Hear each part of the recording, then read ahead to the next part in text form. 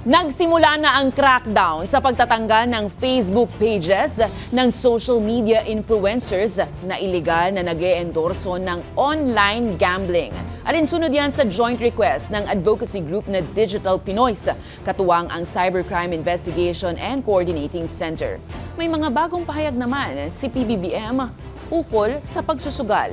Ang balitang A to Z ni Naomi Almohano.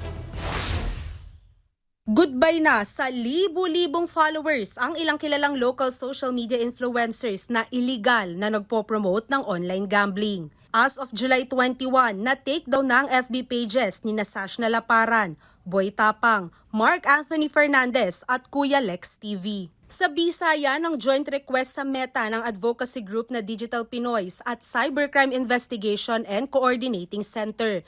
Ayon kay Digital Pinoy's National Campaigner Ronald Gustillo, walang untouchable sa kanilang kampanya at umaasa silang sunod na ring matatanggal ang ilan pang FB pages na inendorso nila para burahin sa social media. Samantala, ikinatuwa naman ni Senator Joel Villanueva ang hakbang na ito. Ayon kay Villanueva, malaki ang ambag nito para tuluyan ang ipagbawal sa bansa ang online sugal. Mababatid na malakas ang panawagan ng ilang sektor ng total ban sa online gambling.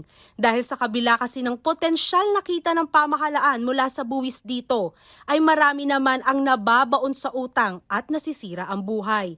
Tila may pahiwatig naman ngayon si President Ferdinand Marcos Jr. ukol dito. Sa vlog ni Marcos na inilabas isang linggo bago ang kanyang State of the Nation address, kinilala ng Pangulo ang kasiraan sa lipunan na dulot ng bisyo ng gambling addiction. Ang isa pang pinadali ng digitalization ay ang pagsusugal. Maraming pamilya na nasisira dito, lalo na kung hindi responsable ang pagkakagamit. Pero kung tuluyan niyang ipagbabawal ni PBBM ang digital sugal sa bansa, aabangan na lang sa araw ng SONA sa July 28. Para sa Balitang A to Z, Naomi Almohano.